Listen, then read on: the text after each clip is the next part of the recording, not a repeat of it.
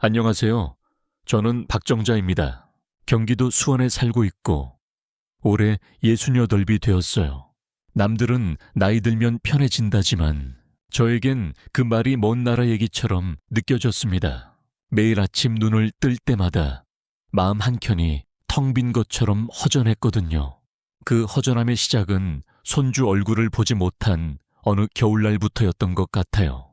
아들 하나 낳아 평생 품에 안고 살았습니다. 남편은 무뚝뚝한 경상도 남자였지만 성실하고 책임감 강한 사람이었어요. 저희 부부는 그저 성실하게 주어진 하루하루를 버텨내며 살았습니다. 아들은 내 전부였고 세상 무엇과도 바꿀 수 없는 보물 같은 존재였지요. 늦게 결혼하긴 했지만 안정적인 회사 다니며 멀쩡한 아내 만나 아이 낳고 사는 모습을 보며 저도 이제 좀 안심이 되었던 참이었습니다. 며느리를 처음 봤을 때가 아직도 생생합니다. 단정하고 똑 부러지는 인상에 말끝마다 어머님 어머님 하며 살갑게 굴던 그 아이.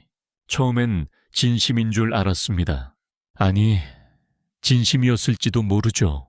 결혼식 날 제 손을 꼭 잡고 어머님, 저희 아들 잘 부탁드릴게요. 하던 그 말에 눈시울이 붉어졌던 기억도 납니다. 결혼하고 얼마 안 돼 한 달에 한두 번은 꼭 집에 오던 그 아이. 손수 만든 반찬을 들고 오고 저녁을 같이 차려 먹으며 웃던 날들이 있었습니다. 아들이랑 나란히 앉아 밥 먹는 모습 보며 이젠 외롭지 않겠구나 싶었죠. 그게 저의 착각이었다는 걸 깨닫는 데에는 그리 오랜 시간이 걸리지 않았습니다. 손주가 생겼다고 했을 때 저는 그날을 제 생일보다 더 기뻐했습니다. 어머님, 아기 가졌어요. 그 한마디에 눈물이 핑 돌았고 저는 주저없이 며느리를 끌어안았습니다. 그날 이후 저는 매일같이 아들네 집을 들락날락했습니다. 미역국을 끓여서 갖다 주고 며느리가 먹고 싶다는 게 있다 하면 새벽이라도 시장에 나가 재료를 사왔어요. 어머님, 너무 자주 오시면 힘드실 텐데요. 아이 무슨 소리야. 우리 손주 뱃속에 있는데 이 정도는 당연하지. 그땐 정말 당연하다고 생각했어요. 가족이니까. 며느리도 내가 챙겨야 할 내 식구니까. 하지만 돌이켜보면 그때부터 뭔가 조금씩 어긋나고 있었는지도 모릅니다. 저는 며느리의 부담스러움을 알아채지 못했고 며느리는 그 마음을 표현하지 않았습니다. 아니, 표현했지만 제가 애써 외면했던 걸지도요. 아이가 태어나고 나서 처음 석 달은 정말 꿈같이 행복했어요. 며느리가 출산 휴가 중이라 매일같이 저희 집에 왔고 지은이 기저귀 갈아달라고 부탁할 땐 속으로 얼마나 기뻤는지 몰라요. 이제 진짜 우리 가족이 되었구나 싶었죠. 어머님 아니었으면 정말 못 버텼을 거예요. 친정 엄마보다 더 편해요. 그 말을 들을 때마다 가슴이 뭉클했어요. 그래서 더 많이 해주고 싶었고 더 잘해주고 싶었어요. 장난감도 사주고 옷도 고르고 우리 지은이가 필요한 건 뭐든지 다 해주고 싶었어요. 손주를 위한 거라면 제 시간과 체력이야 아깝지 않았습니다. 하지만 행복은 오래가지 않았습니다. 지은이가 돌이 지나자 며느리의 말수가 줄어들었습니다.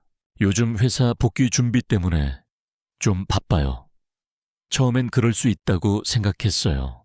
맞벌이 부부가 육아하기 힘들다는 건 뉴스에서도 늘 보던 얘기니까요. 그래서 조심스럽게 말했어요. 내가 가서 지은이 좀 봐줄까? 평일에 내가 도와주면 너희 좀 숨통 트이지 않겠니? 아니에요, 어머님. 저희가 알아서 할게요. 어머님도 연세 있으신데 힘드실 거예요. 그 말에 웃으며 넘겼지만 속으론 알 수 없는 불안이 스멀스멀 올라왔습니다. 어쩌면 그때 멈췄어야 했는지도 모릅니다. 조금 더 거리를 두고 기다렸다면 아니면 그때 며느리의 마음을 더 깊이 들여다봤다면 이후 벌어질 일들을 막을 수 있었을지도 모르죠.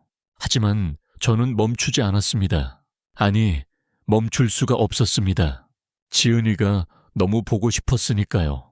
손주에 대한 그리움은 시간이 갈수록 더 커졌고 아들과 며느리의 태도는 그만큼 더 멀어졌습니다. 그리고 어느 날 저는 결국 큰 결심을 하게 됩니다. 그 결심이 앞으로 어떤 결과를 낳을지는 그땐 전혀 알지 못했습니다. 아침부터 마음이 들떴습니다. 오늘은 꼭 우리 지은이 얼굴을 볼 수 있을 거란 기대 때문이었죠.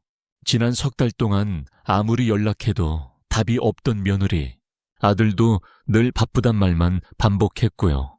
그래서 이번엔 연락하지 않고 직접 찾아가 보기로 했습니다. 불쑥 찾아가는 게 실례일 수 있다는 것도 알고 있었지만 참는데도 한계가 있더라고요. 정성껏 도시락을 쌌습니다. 아들이 좋아하는 불고기, 며느리가 지난번에 맛있다던 시금치나물, 지은이를 위한 과일까지 챙겼습니다. 도시락통을 싸며 혼잣말로 중얼거렸어요. 지은이, 할머니가 맛있는 거 많이 가지고 간다. 우리 지은이 많이 먹고 건강하게 자라야지. 그 순간만큼은 소풍 가는 아이처럼 설레었습니다. 아들네 아파트는 차로 1시간쯤 걸리는 거리였습니다. 도착해보니 정말 근사하더군요. 번듯한 신축 아파트, 단지의 넓은 마당, 깔끔하게 정리된 입구까지. 속으로 생각했어요. 그래, 우리 아들이 이렇게 잘 사는구나. 괜히 뿌듯하네. 엘리베이터를 타고 15층에 올라가 초인종을 눌렀습니다. 두근거리는 가슴을 누르며 인터폰에 대고 말했죠. 나야 엄마. 깜짝 놀랐지? 지은이 얼굴 좀 보려고 왔어. 잠시 후 들려온 며느리의 목소리는 냉기 어린 말투였습니다. 어머님, 연락도 없이 오시면 어떡해요? 그렇게 하지 말라고 말씀드렸잖아요. 그 말을 듣는 순간 다리에 힘이 풀렸습니다. 무거운 도시락 가방을 들고 선체로 그 자리에 얼어붙었어요. 아니 그게 너무 오랜만이라 지은이 얼굴 좀 보려고 문 좀 열어주겠니? 하지만 며느리의 대답은 단호했습니다. 죄송한데요. 지금 집이 너무 어수선해서 손님 맞을 상황이 아니에요. 다음에 연락드리고 찾아뵐게요. 써님, 그 단어가 가슴을 찔렀습니다. 나는 언제부터 손님이 됐을까요? 지은이 할머니고 이 집 아들의 어머니인데 말이죠. 얘야, 내가 무슨 손님이니? 잠깐만 들어가서 지은이 얼굴만 보고 갈게. 밥도 준비해 왔어. 정말 죄송해요. 오늘은 안 돼요. 지은이도 학원 가야 하고 그냥 돌아가 주세요. 인터폰 너머에서 연결이 끊기는 소리가 들렸습니다. 그 소리와 함께 제 마음도 툭 하고 떨어져 버렸습니다. 믿었는데 무너졌습니다. 그 순간 제 가슴엔 찬바람이 스며드는 듯 했습니다. 정말 내가 뭘 그렇게 잘못했을까? 마음속에서 수없이 묻고 또 묻고 있었습니다. 다시 초인종을 눌렀습니다. 1번, 2번, 3번. 그러나 대답은 없었습니다. 무거운 도시락 가방은 점점 팔을 짓눌렀고 다리는 저려오기 시작했어요. 하지만 더 아픈 건 가슴이었습니다. 그 자리에 한참 서 있었죠. 어느 순간 옆집 문이 열리더니 낯선 여성이 불쑥 얼굴을 내밀었습니다. 저기요, 계속 그러고 계시면 다른 집에 피해가 갈 수도 있어요. 아, 네. 죄송합니다. 저는 여기 사는 아들 집에. 아, 그러세요? 근데 너무 오래 서 계셔서. 그제야 정신이 들었습니다. 엘리베이터를 타고 내려오면서도 눈물은 꾹 참았습니다.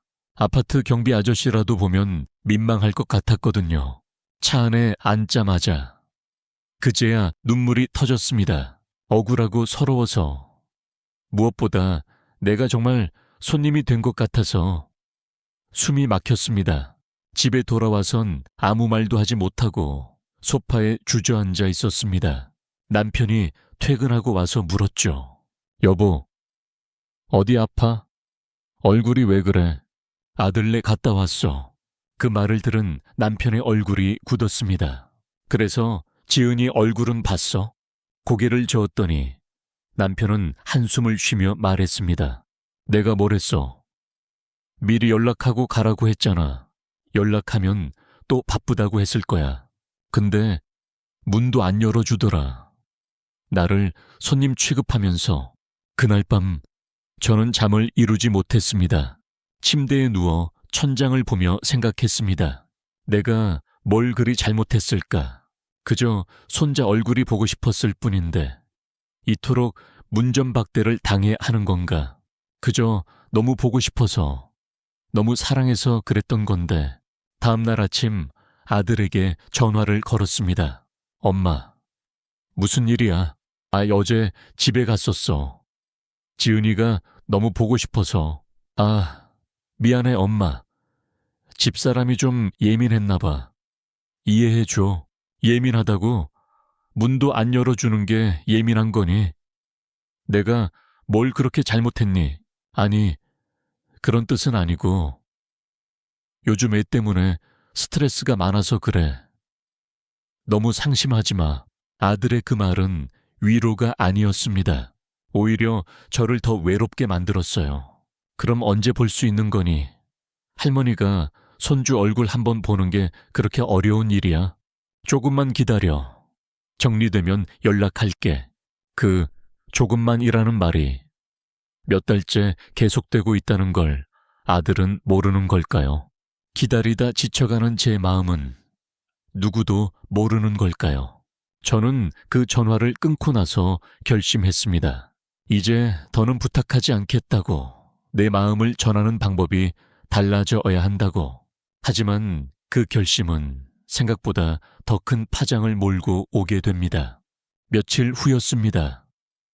평소처럼 동네 마트에서 장을 보고 근처 미용실에 들렀습니다. 머리카락이 자꾸 눈에 들어와서 간단히 손질만 하려던 참이었죠. 그런데 그날 거기서 아주 뜻밖의 이야기를 듣게 되었습니다. 어머, 언니, 지난 주말에 손자 데리고 놀이공원 다녀오셨어요. 제가 그 근처에 있었는데 언니랑 며느리, 아들이랑 아이까지 봤어요. 인사드릴까 하다가 사람이 많아서 처음엔 무슨 소린가 했습니다. 저는 지난 주말에 집에서 꼼짝도 안 했거든요. 아니에요. 저 그런데 안 갔어요. 어머, 제가 잘못 봤나? 근데 분명히 언니 아들이랑 그 며느리 분이었는데. 아이고, 그럼 죄송해요. 머릿속이 하얘졌습니다. 분명 며느리는 그 주말에 시댁에 간다고 했었습니다. 그 말에 더는 묻지 않았고 또 한 번 기대를 접었던 주말이었죠. 그런데 놀이공원, 그마저도 나 몰래 집에 돌아와 남편에게 이 말을 전하자 남편도 놀란 얼굴이었습니다. 이건 너무한 거 아니야? 아무리 그래도 부모한테 이렇게까지 거짓말을 해. 그치만 우리가 또 뭐라고 하면 괜히 감시하는 것처럼 보일까봐 입술이 바짝 말랐습니다. 믿었던 며느리와 아들, 그들이 날 피하고 있다는 걸 이제야 인정해야 하는 걸까요? 그날 이후로도 비슷한 일이 반복되었습니다. 만나자고 하면 항상 핑계였습니다. 지은이가 감기에 걸려서요. 집안 행사 때문에요. 여행 계획이 있어서요. 한 번은 아들 생일이었습니다. 작은 케이크라도 건네고 싶어 전화했더니 오늘 회사 회식 있어서 집에 없어요라는 대답이 돌아왔습니다. 하지만 그날 밤 아들의 SNS에는 가족끼리 고급 레스토랑에서 찍은 사진이 올라왔습니다. 며느리와 지은이, 그리고 아들, 셋 다 밝은 얼굴로 웃고 있었죠. 이게 무슨 일일까요? 숨이 막혔습니다. 믿었는데 또 무너졌습니다. 이제는 도저히 참을 수 없었습니다. 저는 전화를 들고 아들에게 전화를 걸었습니다. 엄마, 왜 그래? 내 생일에 케이크라도 갖다 주려고 했는데 회식 있다고 거짓말했니? 엄마, 그게 엄마가 그렇게 부담스러워? 손주 얼굴 한번 보는 게 그렇게 큰 죄니. 잠시 침묵이 흘렀고 아들이 조심스레 말했습니다. 엄마, 진정해. 다음에 이야기하자. 직접 가서 얘기할게. 며칠 뒤 아들이 혼자 집에 왔습니다. 얼굴은 수척했고 눈빛은 피곤해 보였습니다. 엄마 미안해. 사실은 그가 꺼낸 이야기는 충격적이었습니다. 며느리가 저를 극도로 피하고 있다는 것이었습니다. 지은이 키우는 것도 벅찬데 엄마가 자꾸 연락하고 갑자기 찾아오고 그러면 너무 힘들대. 엄마가 간섭한다고 느낀대. 그 말에 심장이 쿵 내려앉았습니다. 내가 언제 간섭했니? 조언 한마디 제대로 한 적도 없는데 엄마가 의도하진 않았어도 며느리는 그렇게 느낀대. 그리고 자기 집은 자기만의 공간인데 엄마가 허락 없이 찾아오는 게 사생활 침해 같대. 딱 한 번이었어. 3달 만에 손주가 너무 보고 싶어서 간 거야. 아들은 고개를 숙였습니다. 엄마, 조금만 시간을 줘. 내가 지은이 엄마랑 잘 이야기해 볼게. 그 말에 저는 울컥했지만 겨우 감정을 눌렀습니다. 그리고 또 기다렸습니다. 기다리는 것 외엔 할 수 있는 게 없었으니까요. 하지만 그 다음에 들은 소식은 정말이지 견디기 힘들었습니다. 동네 김씨 아주머니가 귀띔을 해주었습니다. 언니 며느리가 맘카페에 언니 얘기 엄청 썼다던데요. 우리 딸이 보여줬어요. 맘카페? 처음엔 무슨 말인지 몰랐습니다. 그런데 아주머니가 건네준 핸드폰 화면을 보고 저는 그대로 얼어붙었습니다. 시어머니 때문에 미치겠어요. 연락도 없이 집에 찾아와서 초인종 난타하고 남편은 말리기는커녕 엄마 편만 들고 완전 마마보이. 댓글들도 충격이었습니다. 그 시어머니 연 끊어야 합니다. 남편이 더 문제네요. 이혼하세요. 요즘 시대에 시어머니가 왜 찾아와요? 그게 민폐죠. 말문이 막혔습니다. 나는 그런 사람이 아니에요. 난 그저 손주가 보고 싶었을 뿐인데 가슴이 먹먹했습니다. 이제 정말 참을 수 없었습니다. 착하게만 살아선 안 되는구나. 이런 식으로 뒤통수를 맞고도 가만히 있어야 하는 걸까요? 그날 밤 저는 남편에게 말했습니다. 여보, 나 이제 참지 않을래. 너무 만만하게 본 것 같아. 그래도 애들 일이니까 더 나빠질 수도 있어. 이미 나빠질 대로 나빠졌어. 지은이 얼굴도 못 보는데 더 뭐가 나빠져? 그렇게 제 방역은 시작되었습니다. 며느리가 맘카페에서 나를 그렇게 욕했다는 걸 알게 된 날, 나는 한참 동안 핸드폰 화면을 들고 멍하니 있었습니다. 심장이 덜컥 내려앉았고 손이 덜덜 떨렸습니다. 그날 밤 잠을 이루지 못한 채 소파에 앉아 생각했습니다. 내가 뭘 그렇게 잘못했을까? 왜 이 아이는 나를 이렇게까지 미워하게 되었을까? 억울했어요. 진심으로 다가갔다고 믿었거든요. 처음엔 나도 며느리를 딸처럼 생각했습니다. 반찬도 나눠주고 지은이 용품도 직접 발품 팔아 사다 주고 입덧 심하단 말에 직접 미역국 끓여 찾아갔어요. 그게 부담이었다면 미리 말이라도 해줬으면 좋았을 텐데 그저 한마디 어머님 조금만 거리 두고 싶어요라든가. 하지만 등 뒤에서 칼을 꽂는 식의 배신은 상상도 못했습니다. 도대체 왜 내가 이렇게까지 당해야 하는지 모르겠더라고요. 그날 밤 결국 결심했습니다. 이대로는 안 되겠다. 이제는 나도 지지 않겠다. 먼저 며느리에 대해 조사하기로 했습니다. 대놓고 캐물으면 며느리는 더 피하겠죠. 그래서 조용히 천천히 아주머니들의 도움을 받았습니다. 그 며느리 땡땡 증권 다닌다며 꽤 잘 나가는 직장인가 보더라. 애는 어린이집 보내놓고 주말엔 문화센터 다닌대. 애 영어 교육이 어쩌고 맘카페에서도 활동 활발하다던데 독한 엄마들 모임의 리더라나 귀동냥만으로도 많은 걸 알 수 있었습니다. 특히 독한 엄마들이라는 맘카페 활동에 충격을 받았어요. 거기서는 시어머니 험담이 일상이고 남편을 마마보이로 조롱하며 심지어 시댁과 연 끊는 방법까지 공유한다더군요. 나는 믿기지 않았습니다. 정말 내 며느리가 그 중심에 있다는 걸. 그래서 작전을 짜기 시작했습니다. 조용히, 티 나지 않게. 하지만 분명한 흔적을 남기는 방식으로.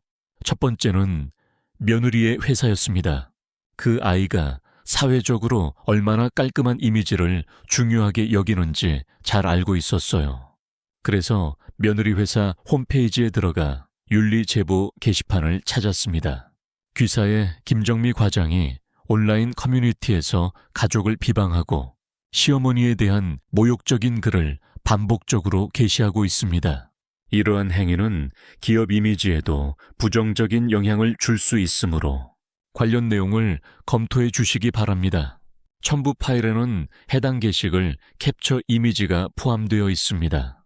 글을 익명으로 올리면서도 마음이 떨렸습니다. 하지만 동시에 묘한 해방감도 느껴졌습니다. 나만 상처받고 있을 순 없지. 며칠 후 동네 아주머니가 전해준 말에 의하면 며느리가 회사에서 경고를 받았다고 했습니다. 언니 며느리 요즘 회사에서 표정이 말이 아니래요. 뭐 윤리위원회인가에도 불려갔다나 봐요. 순간 통쾌했습니다. 하지만 이 정도로는 부족했습니다. 그 아이는 여전히 나를 스토커쯤으로 생각하고 있을 테니까요. 두 번째 작전은 지은이었습니다. 손녀를 만나지 못하는 게 가장 괴로웠습니다. 그래서 어린이집을 찾아갔습니다. 입구에서 인사를 했습니다. 안녕하세요. 김지은 할머니예요. 아, 네. 지은이 할머니시구나. 무슨 일로 오셨어요? 나는 조심스레 말했습니다. 다름이 아니라 요즘 지은이 엄마가 너무 바쁘다 해서요. 혹시 할머니가 가끔 데리러 와도 될까 해서요. 선생님은 난처한 표정이었지만 보호자 동의가 있으면 된다고 했습니다. 그래서 아들에게 연락했습니다. 엄마, 갑자기 왜 지은이 보고 싶어서 그래. 한두 번만 데리러 가게 허락해줘. 제발. 아들은 잠시 망설였지만 결국 허락했습니다. 그렇게 나는 다시 손녀를 만날 수 있었습니다. 지은아, 할머니다. 기억나니? 할머니. 누구야? 가슴이 찢어졌습니다. 내 손녀가 날 몰라보다니. 할머니야. 아빠의 엄마. 우리 지은이 할머니 진짜 많이 보고 싶었어. 나는 지은이 손을 꼭 잡고 놀이터로 갔습니다. 그날 오후 2시간. 그 짧은 시간이 내 인생에서 가장 소중한 시간이었습니다. 그 아이의 손을 잡고 그네를 밀어주고 아이스크림을 사주며 나는 마음속으로 수십 번 말했습니다. 할머니가 꼭 지켜줄게. 다시는 널 잃지 않을 거야. 하지만 그 행복은 오래가지 못했습니다. 그날 저녁 며느리에게서 전화가 왔습니다. 어머님, 지금 무슨 짓 하신 거예요? 제 허락도 없이 애를 데려가시면 어떡해요? 아빠한테 허락받았고 선생님도 다 알고 있었어. 그게 문제예요. 왜 제 직장에 이상한 제보하고 어린이집까지 들쑤시고 다니세요?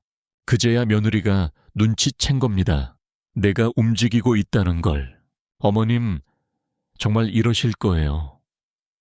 그럼 저도 가만히 있지 않을 겁니다. 그래, 뭘 어쩔 건데. 이젠 지지 않겠다는 마음뿐이었습니다. 하지만 며느리의 방역은 생각보다 훨씬 빨랐습니다. 다음 날 아침 낯선 번호로 전화가 걸려왔습니다. 여보세요? 네, 여기 땡땡 경찰서인데요. 김정자 씨 맞으신가요? 네, 맞습니다. 무슨 일이죠? 경찰의 다음 말은 제 숨을 멎게 만들었습니다. 스토킹 및 아동학대 의심 신고가 접수돼서 확인차 연락드렸습니다. 내일 오전에 경찰서로 나와 주시겠어요? 머릿속이 하얘졌습니다. 스토킹? 아동학대? 그게 무슨 말인가요? 나는 그저 손녀를 보고 싶었을 뿐인데. 잠깐만요. 제가 누굴 스토킹했다는 거예요? 신고자는 며느님이신 것 같습니다. 자세한 내용은 경찰서에 오셔서 설명해 드릴게요. 전화를 끊고 나자 손이 덜덜 떨렸습니다. 숨을 깊이 들이마셔도 가슴이 조여왔고 이게 꿈인지 현실인지 분간이 되지 않았습니다. 급히 아들에게 전화했지만 받지 않았습니다. 문자를 보내도 읽지도 않더군요. 불안한 마음에 남편에게 말했습니다. 여보, 큰일 났어. 며느리가 날 경찰에 신고했대. 남편도 놀라 말을 잇지 못했습니다. 무슨 말이야? 가족끼리 경찰이라니. 그게 말이 돼? 하지만 이미 일이 벌어졌습니다. 다음 날 떨리는 마음으로 경찰서에 갔습니다. 젊은 경찰관이 저를 조사실로 안내했어요. 할머니, 진정하시고 천천히 말씀해 주세요. 며느님께서 할머니가 직장에 허위 제보를 하고 아이를 무단으로 데려갔다고 신고하셨습니다. 억장이 무너지는 기분이었습니다. 그게 허위 제보가 아니에요. 맘카페에 진짜 그런 글을 올렸고 증거도 있어요. 그리고 지은이는 제 손녀입니다. 아빠 허락도 받았고요. 경찰은 조용히 제 말을 들었습니다. 저희가 보기에 형사처벌까진 어려워 보입니다. 하지만 앞으로 이런 일이 반복되면 법적 분쟁으로 갈 수도 있어요. 부부간의 합의 없이 조부모가 아이를 데려가는 건 현행법상 문제가 될 수 있습니다. 눈물이 났습니다. 경찰서에서 그런 말을 들어야 하는 제 처지가 너무나도 비참했습니다. 경찰관은 조심스럽게 말했습니다. 이번엔 경고로 끝내드릴게요. 하지만 앞으로는 꼭 며느님 허락받고 연락하시기 바랍니다. 경찰서를 나서는데 현기증이 났습니다. 이게 정말 내가 살아온 인생의 말로란 말인가요? 내가 무슨 죄인이 된 것처럼 이렇게까지 비참해져야 하는 건가요? 집에 돌아오니 남편이 기다리고 있었습니다. 어떻게 됐어? 경고받고 나왔어. 앞으로는 지은이 보려면 며느리 허락받아야 한대. 그게 끝이 아니었습니다. 며칠 후 법원에서 서류 한 장이 날아왔습니다. 접근 금지 가처분 신청서, 지은이와 며느리로부터 100ml 이내 접근 금지, 연락 금지, 제3자를 통한 접촉도 금지. 서류를 들고 손이 떨렸습니다. 도대체 이게 무슨 일이란 말인가요? 피 한 방울 섞인 손주를 한번 보겠다고 했을 뿐인데 이제는 얼굴조차 마주칠 수 없게 됐습니다. 참을 수 없었습니다. 나는 다시 아들 회사로 찾아갔습니다. 전화도 받지 않고 메시지도 무시하는 아들을 더 이상 기다릴 수 없었습니다. 저기요, 아들 좀 만나게 해주세요. 어머니입니다. 경비원이 난처한 얼굴로 말했습니다. 죄송한데요. 따님이 오시면 연락하지 말라고 하셨거든요. 따님이 아니라 어머니라니까요. 한참 실랑이를 벌이고 나서야 아들이 내려왔습니다. 얼굴은 더 수척했고 눈은 붉게 충혈돼 있었습니다. 엄마, 여기서 이러지 마. 너희 아내가 나한테 접근 금지 신청을 했어. 이게 사람이 할 짓이야? 엄마가 먼저 선 넘었잖아. 회사에 제보하고 몰래 지은이 데려가고 난 손녀를 보고 싶었을 뿐이야. 네가 그걸 몰라? 아들은 한숨을 푹 내쉬었습니다. 엄마, 이제 그만해. 더 이상 가면 정말 못 볼 수도 있어. 지은이 영양 못 볼 수도 있다고. 그게 네가 원하는 거야? 엄마랑 인연 끊는 거 아니야.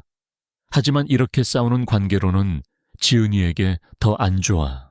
지은이도 엄마 아빠가 싸우는 거 보며 불안해해. 그 말에 할 말을 잃었습니다. 그래요. 아이한테 좋을 건 없겠죠. 하지만 이건 아니잖아요. 사랑해서 보고 싶었던 건데 그게 이렇게 큰 죄가 될 수 있는 건가요? 집에 돌아와 남편에게 말했습니다. 나 이제 진짜 끝까지 가보려고. 가만히 누워 있으면 바보 되는 세상이야. 그래서 변호사를 찾아갔습니다. 조부모의 면접 교섭권에 대해 상담받고 싶은데요. 변호사는 조심스럽게 말했습니다. 우리나라는 아직 조부모 면접 교섭권이 법적으로 강제되진 않습니다. 부모가 반대하면 강제적으로 만나게 할 순 없습니다. 특별한 사정이 없는 한 소송 승산은 낮아요. 좌절감이 몰려왔습니다. 법조차도 내 편이 아니었습니다. 하지만 저는 포기하지 않았습니다. 그때 떠오른 생각이 하나 있었습니다. 그래, 며느리가 맘카페에서 활동한다면 나도 할 수 있어. 그렇게 저는 황혼 육아 모임이라는 카페에 가입했습니다. 손주를 못 보는 할머니들이 모인 커뮤니티였죠. 며느리가 애를 안 보여줘요. 아들이랑 연락도 끊겼어요. 그냥 매달 손자 사진만 보며 삽니다. 요즘은 시어머니라는 이유만으로 죄인 취급당해요. 비슷한 처지의 사람들과 이야기를 나누다 보니 마음이 조금씩 풀렸습니다. 그리고 그 안에서 아주 구체적인 조언을 들을 수 있었습니다. 직장에 알리는 것보다 더 강한, 조용하지만 분명한 방역 방법들. 그때부터 저는 진짜 싸움을 준비하기 시작했습니다. 며느리의 상세에게 직접 메일을 보내기로 결심한 건 더 이상 물러설 곳이 없다고 느꼈기 때문이었습니다. 세상은 며느리의 말만 듣고 있었고 아들도 아내 눈치만 보며 내 편을 들어주지 않았습니다. 그러니 이제 나라도 내 입장을 말할 수 있는 통로를 만들어야 했습니다. 며느리의 회사 홈페이지에 들어가 조직도를 살펴봤습니다.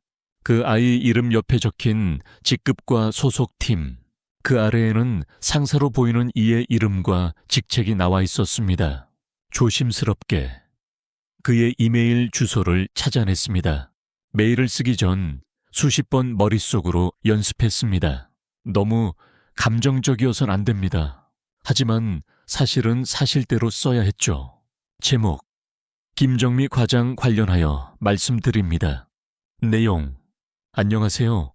저는 귀사 김정미 과장의 시어머니입니다. 먼저 이런 메일을 드리게 되어 죄송합니다. 김 과장이 특정 온라인 커뮤니티 맘카페에 가족을 비하하고 회사 이미지에도 영향을 줄 수 있는 글을 반복적으로 작성하고 있어 알려드리고자 합니다.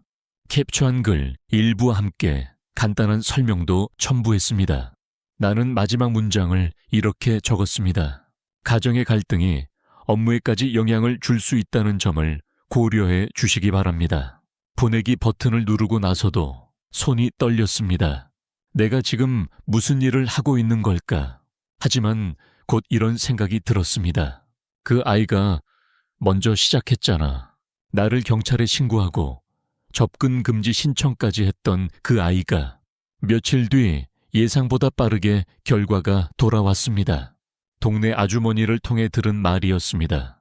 언니 며느리 요즘 회사에서 표정이 영 아니래요.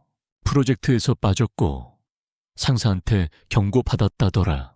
그 말의 순간 마음 한구석이 시원했습니다. 그동안 내가 겪은 일들을 생각하면 이 정도는 당해도 된다고 생각했거든요. 하지만 며느리는 여기서 멈추지 않았습니다. 며칠 뒤 며느리 친정어머니에게서 전화가 걸려왔습니다. 사돈, 좋은 말로 할 때 그만하세요. 네? 우리 딸 직장까지 연락 돌리신 거 다 알고 있습니다. 이제 저희도 가만히 있지 않을 겁니다. 사돈의 목소리는 냉기 서린 경고처럼 들렸습니다. 명예훼손으로 고소할 거고 시어머니가 며느리 못살게 구는 사례로 방송에도 제보할 겁니다. 요즘 그런 프로 많잖아요. 전화를 끊고 나니 처음으로 두려움이 몰려왔습니다. 이게 정말 어디까지 번지려는 걸까? 단순히 손주 보고 싶어서 시작한 일이 이렇게까지 커질 줄은 몰랐습니다. 하지만 무서운 건 그 다음이었습니다. 동네 사람들이 수군대기 시작한 겁니다. 어우, 저 집 할머니가 며느리 직장까지 쫓아갔대. 아유, 아이 손보겠다고 경찰서까지 갔다면서요. 그 시어머니 진짜 문제야. 요즘 같은 세상에 마트에서도 교회에서도 눈길이 달라졌습니다. 심지어 목사님조차 조심스럽게 말했습니다. 정숙 집사님, 요즘 힘드시죠? 그래도 너무 무리하지 마세요. 그마저도 가시처럼 느껴졌습니다. 이제는 세상 모두가 나를 외면하는 것 같았어요. 나는 그저 손녀 얼굴 한번 보고 싶었을 뿐인데 왜 이렇게까지 망가졌을까요? 결정타는 인터넷이었습니다. 어느 날 우연히 맘카페 게시글이 눈에 들어왔습니다. 제목, 희대의 시어머니. 내용은 제 이야기였습니다. 회사 제보, 손자 무단 연행, 경찰 출두, 반성 없음, 그리고 내 실명과 사는 동네까지 적혀 있었습니다. 댓글은 더 끔찍했습니다. 이런 시어머니는 격리시켜야 함. 며느리, 진짜 불쌍하다. 아들도 한심. 엄마 편만 드네. 남편도 말없이 한숨만 쉬었습니다. 여보, 이제 어떡하지? 동네 다니기도 창피해. 당분간은 나가지 말고 좀 조용히 있어. 그때였습니다. 며느리에게서 문자가 왔습니다. 어머님, 이제 그만하실 때가 되지 않았나요? 서로를 위해 여기서 멈추면 좋겠습니다. 대신 조건이 있습니다. 조건이라는 말에 머리가 복잡해졌습니다. 그래도 대화를 하겠다는 뜻으로 보였습니다. 나는 조심스럽게 답장을 보냈습니다. 무슨 조건인지 들어볼게. 금방 답장이 왔습니다. 내일 오후 2시 시청 앞 카페에서 뵐게요. 변호사도 동석할 겁니다. 어머님도 증인 한 분 모시고 오세요. 변호사? 이제 정말 법적으로 가려는 건가 싶어 무서웠습니다. 하지만 더는 물러설 수 없었습니다. 다음 날 남편과 함께 약속 장소로 향했습니다. 카페 구석 자리. 며느리는 정장 차림의 여자와 나란히 앉아 있었습니다. 앉으세요 라는 차가운 말 뒤로 명함이 건네졌습니다. 저는 박은주 변호사입니다. 오늘은 양가의 원만한 합의를 위해 자리했습니다. 그녀는 서류를 꺼냈고 저는 숨을 죽였습니다. 이제 정말 마주해야 할 시간입니다. 그 아이의 진짜 속마음과 우리가 벌인 이 전쟁의 끝을. 카페 안 공기는 차가웠습니다. 어느새 커피는 식어 있었고 제 손은 테이블 아래에서 꽉 쥐고 있었습니다. 며느리는 고개를 숙인 채 아무 말도 없었고 옆에 앉은 변호사가 먼저 입을 열었습니다. 시어머님, 오늘 이 자리는 법적 분쟁을 피하고 원만한 합의를 위한 자리입니다. 상호 고소 사유가 성립될 수 있으니 서로 조심스럽게 대화를 나누는 것이 좋겠습니다. 그 말에 남편이 조용히 제 손을 잡아주었습니다. 그제야 긴장이 조금 풀렸습니다. 변호사가 준비한 서류에는 양측 입장을 정리한 문서가 들어 있었습니다. 첫 번째는 며느리 측의 조건이었습니다. 월 1회 정기 만남, 긴급한 용무 외에는 평일 연락 자제, 양육 방식 간섭 금지, 온라인 비방 금지, 서로 과거 일을 불문하고 향후 사과 및 화해 노력. 문서를 읽어 내려가며 가슴 한켠이 아려왔습니다. 이게 가족 간에 맺을 일이던가요? 그래도 받아들이지 않으면 지은이조차 다시 볼 수 없겠지요. 변호사가 말했습니다. 이 조건을 지켜주시면 지은이와의 만남은 보장됩니다. 가족 간에 서류를 작성하는 것이 마음 불편하실 수 있지만 이것이 서로에게 신뢰를 회복하는 첫걸음이 될 수 있습니다. 나는 조용히 고개를 끄덕였습니다. 좋습니다. 하지만 저도 조건이 하나 있습니다. 말씀해 보세요. 지은이가 날 할머니라고 부를 수 있게 해주세요. 그리고 명절에는 꼭 집에 오게 해주세요. 가족처럼. 잠시 정적이 흘렀고 며느리가 고개를 들어 제 눈을 바라봤습니다. 그 눈엔 예전과 달리 한 줄기 진심이 비쳤습니다. 네? 그 정도는 가능합니다. 서류에 서명하며 눈물이 고였습니다. 가족이라는 이름으로 이런 계약을 맺게 될 줄이야. 하지만 이게 최선이라면 지금은 받아들여야겠지요. 그때였습니다. 며느리가 조심스레 입을 열었습니다. 어머님, 제가 솔직하게 한 가지 말씀드리고 싶어요. 제 가슴이 철렁 내려앉았습니다. 무슨 말을 하려는 걸까? 전 처음에 어머님이 싫지 않았어요. 아니, 오히려 감사했죠. 친정 엄마보다 편하다고 느낀 적도 있었어요. 그 말에 숨이 턱 막혔습니다. 하지만 며느리는 조용히 말을 이었습니다. 근데 시간이 갈수록 부담스러워졌어요. 제가 뭘 해도 어머님의 기준에 미치지 못하는 것 같았어요. 아이를 어떻게 키우는지도, 어떤 음식을 주는지도 다 조심스러웠어요. 내가 그랬니? 네. 그리고 연락 없이 집에 오셨을 때 전 솔직히 무서웠어요. 제 공간이 없어지는 느낌이었어요. 그 말에 목이 메었습니다. 전 그런 의도가 아니었는데, 전 그저 손녀가 보고 싶었을 뿐이었는데, 하지만 이제 와서 생각해보니 어머님도 힘드셨을 거예요. 기댈 곳 없는 마음, 지은이 보고 싶은 그 그리움, 이해가 가요. 늦었지만 죄송해요. 그 말에 참았던 눈물이 터졌습니다. 아니다. 나도 미안하다. 내 입장도 생각하지 못했구나. 카페 구석, 정막 속에서 서로의 눈물을 마주보며 앉아 있었습니다. 이토록 긴 싸움 끝에 우리는 처음으로 진심을 꺼내 놓았던 겁니다. 그 순간 며느리가 핸드폰을 꺼내 사진을 보여줬습니다. 지은이 그림이었습니다. 서툰 색연필로 그린 그림 속엔 할머니와 손을 잡고 웃고 있는 아이가 있었어요. 지은이가 유치원에서 그렸대요. 할머니랑 손잡고 소풍 가고 싶다고 했대요. 눈물이 또 흘렀습니다. 그래, 우리 지은이 기억은 하고 있었구나. 네, 그래서 저도 다시 시작하고 싶어요. 지은이한텐 따뜻한 가족이 필요하니까요. 카페를 나서는 길, 며느리가 말했습니다. 이번 주 일요일에 집으로 오세요. 지은이가 좋아하는 떡볶이 해드릴게요. 어머님이 계시면 지은이도 더 기뻐할 거예요. 정말 가도 되니? 물론이죠. 토요일 저녁에 연락 주시면 일요일 몇 시가 좋을지 알려드릴게요. 편하신 시간에 오세요. 돌아오는 길 남편이 제 손을 잡으며 말했습니다. 잘했어. 이게 최선이야. 이젠 다시 시작하면 돼. 그래요.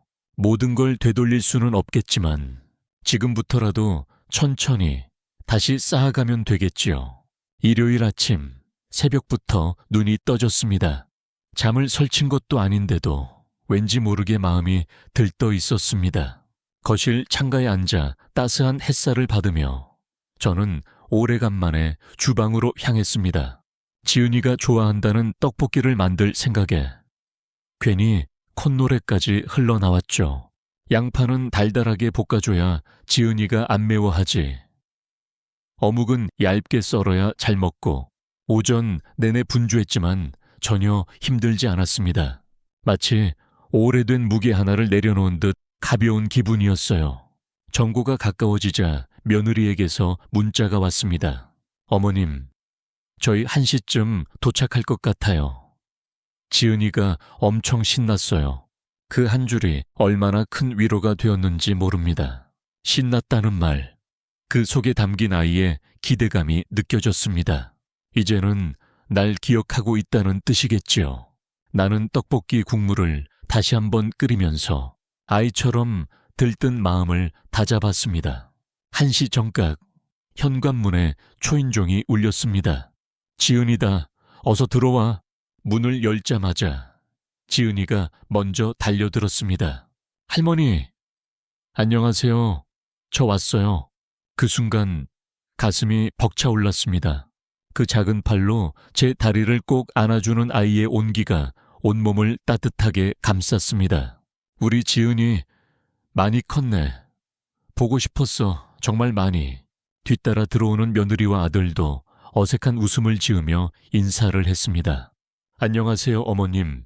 그래, 잘 왔다. 식탁에는 떡볶이와 김말이, 멸치볶음, 며느리가 좋아하는 잡채까지 차려져 있었습니다. 지은아, 많이 먹어. 오늘은 네가 좋아하는 거로만 준비했어. 와, 할머니 최고. 지은이는 입에 가득 떡볶이를 넣고 신이 나서 말했습니다. 할머니, 저 커서 요리사 될 거예요. 할머니가 좋아하는 음식 다 해드릴게요. 숨이 막혔습니다. 그 한마디에 울컥했어요. 그동안 흘린 눈물, 쌓였던 억울함, 외로움이 다 밀려 올라오는 순간이었습니다. 그래, 우리 지은이 최고다. 꼭 멋진 요리사 되렴. 식사를 마치고 지은이는 저와 거실 바닥에 앉아 블록놀이를 했습니다. 할머니, 제가 만든 집이에요. 여기 살고 싶어요. 그럼 너무 예쁜데 할머니 방도 있어? 있죠. 여기 할머니는 제일 큰 방 써야 해요. 그림을 그릴 때도 블록을 쌓을 때도 지은이는 계속 저에게 말을 걸었습니다. 마치 그동안 못다한 시간을 채우기라도 하듯이요. 며느리는 주방에서 조용히 설거지를 하다 말고 말했습니다. 어머님, 지은이 여름방학 때 혹시 일주일 정도 봐주실 수 있으세요? 저희 부부가 출장 일정이 잡혀서요. 순간 멈칫했지만 곧 고개를 끄덕였습니다. 정말 내가 봐도 괜찮겠니? 네. 어머님 믿어요. 지은이도 할머니 댁 가고 싶대요. 그 말에 목이 메었습니다. 신뢰가 회복된다는 건 바로 이런 순간에서 오는 것이겠죠. 나는 살며시 며느리 손을 잡았습니다. 고마워. 나 정말 잘할게. 시간이 흘러 저녁이 되자 지은이는 아쉬운 듯 제 품에서 떨어지지 않았습니다. 할머니, 우리 또 언제 만나요? 다음 주에 또 오자. 그때는 찐빵도 해줄게. 찐빵 좋아요. 초코 찐빵도요. 현관 앞에서 작별을 하며 며느리는 조심스럽게 말했습니다. 어머님, 정말 감사해요. 오늘 지은이가 너무 행복해했어요. 아니다. 나도 오늘 덕분에 숨 쉴 수 있었어. 사실 요즘 회사에서 힘든 일이 많았어요. 스트레스가 심해서 예민했던 것도 있고 그걸 어머님께 풀었던 것 같아요.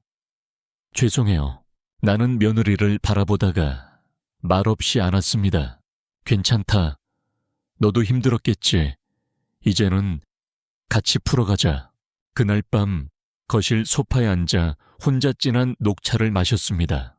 창밖엔 별이 떠 있었고 내 마음은 고요했습니다. 드디어 우리는 다시 가족이 될 수 있는 길목에 선 것 같았습니다.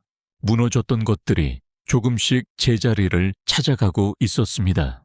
며느리와의 관계가 서서히 회복되기 시작하자 마음의 여유가 생겼습니다. 예전 같았으면 눈에 띄는 며느리의 말투나 표정 하나에도 서운해했을 텐데 지금은 한 발 물러서서 이해하려는 여유가 생긴 거였죠. 서로가 서로를 너무 몰랐던 겁니다. 며느리는 내가 왜 그렇게까지 지은이를 보고 싶어 했는지 몰랐고 나는 며느리가 왜 그렇게 날 피하려 했는지 몰랐어요. 이제야 조금씩 서로를 알아가는 중이었습니다. 조심스럽게 서로의 삶에 발을 들이고 때론 멈춰서며 때론 손을 내밀면서요. 지은이의 여름방학이 다가왔습니다. 며느리가 출장 가는 일주일 동안 지은이를 저희 집에서 맡게 되었죠. 그 일주일은 정말이지 제가 오랫동안 기다려온 선물이었습니다. 할머니, 우리 뭐 하고 놀 거예요? 지은이가 하고 싶은 거 다 해줄게. 그럼 할머니랑 쿠키 만들기, 책 읽기, 물놀이 다 해요. 하루하루가 눈 깜짝할 새 지나갔습니다. 아침이면 함께 산책하고, 오후엔 도서관에 가고, 저녁이면 간식을 만들어 나눠 먹었습니다. 자기 전에는 함께 이불 속에 누워 동화책을 읽었죠. 할머니, 근데 왜 나는 할머니랑 자주 못 놀았어요? 지은이의 말에 심장이 철렁했습니다. 무심한 듯 던진 그 한마디에 난 한참이나 말을 잇지 못했어요. 지은아, 그건 할머니가 조금 아팠고 또 어른들끼리 오해가 있었단다. 오해가 뭐예요? 서로 마음을 잘 몰라서 괜히 멀어지게 되는 거야. 지은이는 조용히 고개를 끄덕이더니 제 손을 꼭 잡았습니다. 이젠 안 멀어지면 좋겠어요. 할머니랑 계속 같이 있고 싶어요. 가슴이 먹먹했습니다. 숨이 턱 막히는 듯한 그 감정. 한참을 참다 결국 지은이를 꼭 안았습니다. 그래, 우리 지은이, 할머니도 그랬단다. 매일매일 너 보고 싶었어. 그날 밤 지은이는 제 품에 안겨 잠이 들었습니다. 숨소리가 고르고 얼굴이 편안했습니다. 나는 아이의 이마에 조심스레 입을 맞추며 속삭였습니다. 지은아, 할머니가 꼭 지켜줄게. 일주일이 지나고 며느리가 지은이를 데리러 왔습니다. 어머님, 정말 감사합니다. 지은이가 너무 행복해했어요. 저도 일하면서 마음이 편했어요. 지은이가 참 잘 지냈어. 배고프다 하면 말 잘하고 밤엔 잘 자고. 역시 어머님 손길은 달라요. 지은이가 할머니 집 또 가고 싶다고 하더라고요. 그 말을 들으며 며느리의 얼굴을 바라봤습니다. 이젠 낯설지 않았습니다. 처음 우리 집에 인사하러 왔을 때의 그 아이, 웃으며 내 손을 꼭 잡던 그때의 아이가 떠올랐습니다. 며느리가 말했습니다. 어머님, 그때 제가 너무 예민했었어요. 그냥 버거웠던 것 같아요. 제가 부족해서 죄송해요. 나는 조용히 고개를 저었습니다. 아니야, 나도 너한테 너무 내 방식만 강요했어. 우리 땐 다 그랬다고 생각했는데 세상이 달라졌다는 걸 몰랐지. 그날 며느리는 제게 조심스럽게 안겼습니다. 처음으로 스스로 다가와 제 어깨에 기대는 그 마음. 나는 그저 말없이 등을 토닥였습니다. 앞으론 우리 무슨 일이든 대화로 풀자. 말 안 하면 점점 마음이 멀어지는 거야. 네. 꼭 그럴게요, 어머님. 그날 저녁 남편에게 말했습니다. 당신, 우리 참 오래 버텼다. 이제야 제자리를 찾는 느낌이야. 남편은 잔잔한 미소를 지었습니다. 이게 다 당신 덕분이지. 쉽지 않은 길이었을 텐데. 처음엔 미움도 생겼어. 나만 버려진 것 같고 가족도 다 나를 외면하는 것 같았지. 근데 지금 생각해보면 그건 내 마음이 먼저 닫혀 있었던 탓이었어. 남편은 제 손을 꼭 잡았습니다. 잘했어. 우리 이대로 조용히 살자. 지은이 크는 거 보고 명절이면 모이고 그게 행복 아니겠어? 고개를 끄덕였습니다. 그래요. 바로 그게 제가 바라던 평범한 일상이었어요. 거창하지 않아도 서로를 걱정하고 기다리고 기억하는 마음. 그게 가족이란 걸 이제야 알게 되었습니다. 추석 아침 바삐 움직이는 주방에서 기름 냄새와 나물 향이 퍼졌습니다. 방바닥엔 송편 반죽을 덮어둔 보자기가 놓여 있었고 지은이는 앞치마를 두르고 콩을 집어넣고 있었습니다. 할머니, 이건 내가 만든 송편이에요. 예쁘죠? 그럼 우리 지은이 솜씨가 최고야. 모양도 예쁘고 정성도 가득하네. 지은이는 웃으며 손에 묻은 반죽을 털어냈습니다. 며느리는 조용히 뒤에서 지켜보다가 다가와서 말했습니다. 어머님, 이렇게 함께 송편 빚는 거 생각보다 참 좋네요. 그치? 예전엔 우리 동네 아주머니들이 모여서 같이 만들었는데 요즘은 다들 사 먹는다더라.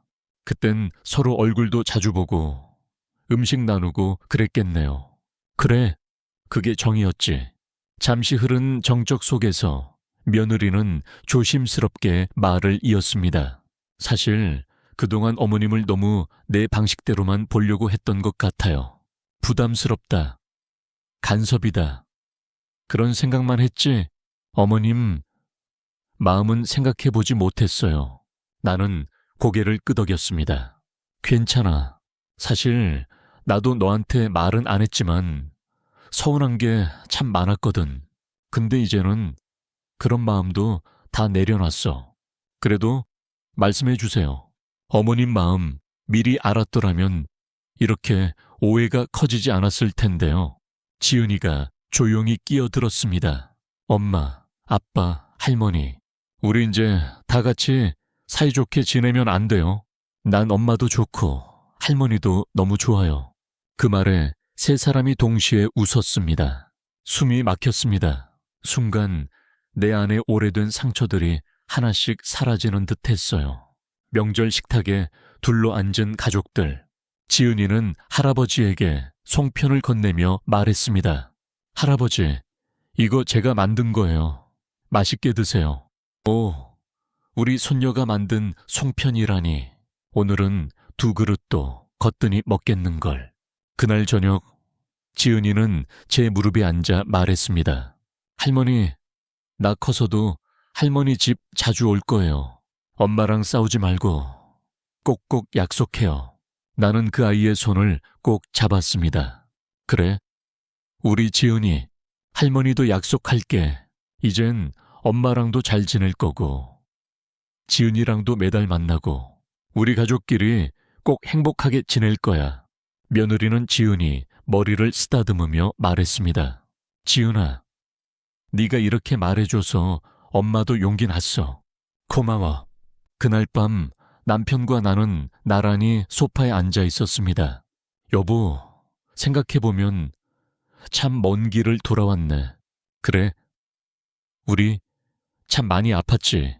근데 잘 이겨냈어. 지은이 덕분이야. 그 아이가 없었으면 우리 지금도 서로 벽을 쌓고 살았을 거야. 나는 작은 웃음을 지었습니다. 그래요. 지은이가 우리 가족의 달이었어요. 끊어진 마음을 다시 잊게 해준 작고 따뜻한 손. 이젠 압니다. 사랑에도 거리가 필요하다는 걸. 너무 가까우면 서로 숨막히고 너무 멀면 전기 식죠. 적당한 거리를 두고 서로를 바라보며 이해하는 것. 그게 진짜 가족 아닐까요? 예전엔 매일 보지 않으면 불안했고 연락이 없으면 외면당한 것 같았지만 지금은 정해진 시간에 만나 그 순간을 진심으로 반가워할 수 있어서 더 좋습니다. 며느리는 이제 먼저 전화를 걸어 지은이의 근황을 전해줍니다. 어머님, 지은이가 이번에 유치원 발표회에 나갔어요. 동영상 보내드릴게요. 아이고, 그래? 또 커졌네 우리 손녀. 요즘은 주말마다 화상통화도 합니다. 지은이 얼굴을 보며 하루를 정리하고 웃음 짓는 날이 많아졌어요. 며느리는 예전보다 많이 부드러워졌고 아들은 비로소 제 옆에 있는 듯합니다. 얼마 전 며느리에게서 기쁜 소식이 들려왔습니다. 어머님, 저 둘째 가졌어요. 이번엔 딸이래요. 이름 지어주세요. 내가 지어도 돼? 그럼요. 할머니가 지어주신 이름이 최고죠. 순간 눈물이 핑 돌았습니다. 이제 정말 가족이 되었구나.